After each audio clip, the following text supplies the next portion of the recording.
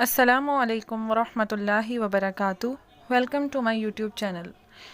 آج کا عنوان ہے اسلامی بہنوں کے وضو کا طریقہ۔ کعبۃ اللہ شریف کی طرف منہ کر کے اونچی جگہ بیٹھنا مستحب ہے۔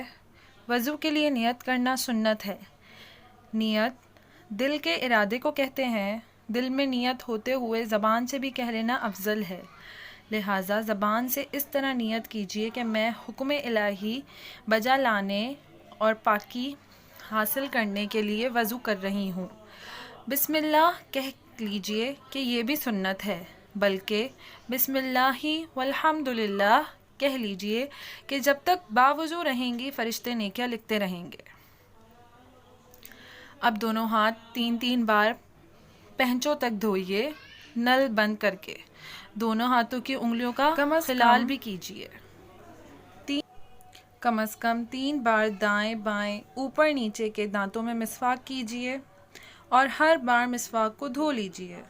حجت الاسلام حضرت سیدنا امام محمد بن محمد غزالی رحمۃ اللہ فرماتے ہیں، مسواک کرتے وقت نماز میں قرآن مجید کی قرأت اور ذکر اللہ عز و جل کے لیے منہ پاک کرنے کی نیت کرنی چاہیے۔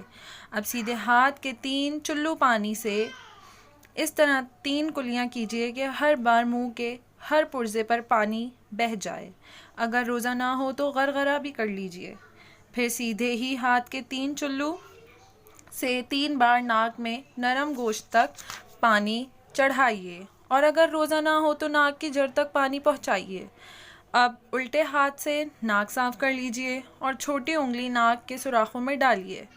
3 بار سارا چہرہ اس طرح دھوئیے کہ جہاں سے عادتاً سر کے بال اگنا شروع ہوتے ہیں وہاں سے لے کر تھوڑی کے نیچے تک، اور ایک کان کی لو سے دوسرے کان کی لو تک ہر جگہ پانی بہہ جائے۔ پھر پہلے سیدھا ہاتھ انگلیوں کی سرے سے دھونا شروع کر کے کہنیوں سمیت 3 بار دھوئیے۔ اسی طرح پھر الٹا ہاتھ دھو لیجیے۔ دونوں ہاتھ آدھے بازو تک دھونا مستحب ہے۔ اگر چوڑی، کنگن یا کوئی سے بھی زیورات پہنے ہوئے ہیں تو ان کو ہلا لیجیے تاکہ پانی ان کے نیچے کی جلد پر بہہ جائے۔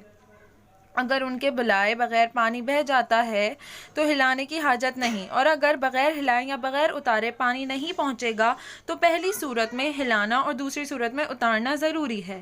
اکثر اسلامی بہنیں چلو میں پانی لے کر پہنچے سے 3 بار چھوڑ دیتی ہیں کہ کوہنی تک بہتا چلا جاتا ہے۔ اس طرح کرنے سے کہنی اور کلائی کی کروٹوں پر پانی نہ پہنچنے کا اندیشہ ہے، لہٰذا بیان کردہ طریقے پر ہاتھ دھوئیے۔ اب چلو بھر کر کوہنی تک پانی بہانے کی حاجت نہیں، بلکہ بغیر اجازت شرعی ایسا کرنا یہ پانی کا اسراف ہے۔ اب نل بند کر کے سر کا مسح اس طرح کیجیے کہ دونوں انگوٹھوں اور کلمے کی انگلیوں کو چھوڑ کر دونوں ہاتھ کی 3 انگلیوں کے سرے ایک دوسرے سے ملا لیجیے، اور پیشانی کے بال یا کھال پر رکھ کر کھینچتے ہوئے گدی تک اس طرح لے جائیے کہ اس دوران ان انگلیوں کا کوئی حصہ بالوں سے جدا نہ رہے مگر ہتھیلیاں سر سے جدا رہیں۔ صرف ان بالوں پر مسح کیجیے جو سر کے اوپر ہیں۔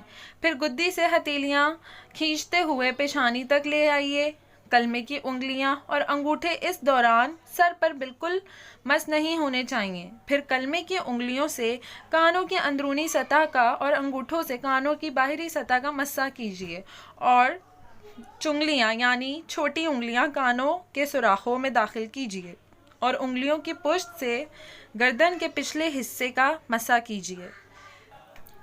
بعض بہنیں گلے کا اور دھلے ہوئے ہاتھوں کی کہنیوں اور کلائیوں کا مسح کرتی ہیں۔ یہ سنت نہیں ہے۔ سر کا مسح کرنے سے قبل ٹوٹی اچھی طرح بند کرنے کی عادت بنا لیجیے۔ بلا وجہ نل کھلا چھوڑ دینا یا ادھورا بند کرنا کہ پانی ٹپک کر ضائع ہوتا رہے اسراف ہے۔ اب پہلے سیدھا پھر الٹا پاؤں ہر بار انگلیوں سے شروع کر کے ٹخنوں کے اوپر تک، بلکہ مستحب ہے کہ آدھی پنڈلی تک 3 بار دھو لیجیے۔ دونوں پاؤں کی انگلیوں کا خلال کرنا سنت ہے۔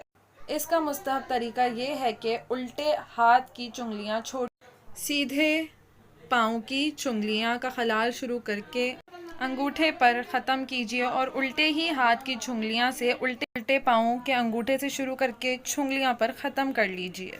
حجت الاسلام امام محمد بن غزالی رحمۃ اللہ فرماتے ہیں، ہر عضو دھوتے وقت یہ امید کرتا رہے کہ میرے اس عضو کے گناہ نکل رہے ہیں۔ وضو کے بعد یہ دعا پڑھ لیجیے، اللہم اجعلنی من التوابین واجعلنی من المتطہرین۔ اے اللہ مجھے کثرت سے توبہ کرنے والوں میں بنا دے اور مجھے پاکیزہ رہنے والوں میں شامل کر دے۔ جزاک اللہ۔